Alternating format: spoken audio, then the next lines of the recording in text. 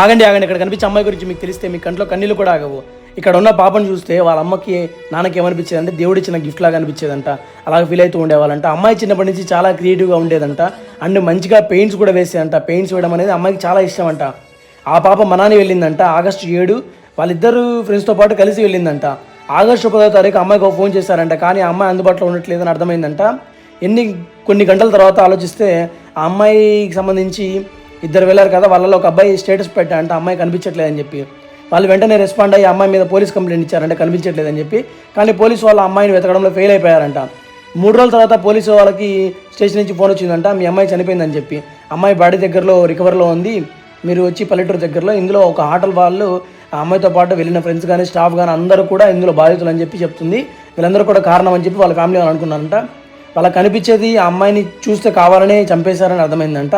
ఆ అమ్మాయి అన్అఫిషియల్ టైంలో వీళ్ళు అడిగిన ప్రశ్నలకు వాళ్ళు ఎవరు కూడా సమాధానం చెప్పలేకపోయారంట. అమ్మాయి ఎలాగా అయిందంటే అన్కాన్షియస్గా వెళ్ళి ఆ నదిలో దూకుతుంది అని చెప్పి అమ్మాయి అని చెప్పారంట. ఎందుకని హాస్పిటల్కి తీసుకెళ్ళలేదు, అసలు ఆ రాత్రి ఏం జరిగింది వాళ్ళకి ఇప్పటికీ అర్థం కావట్లేదంట.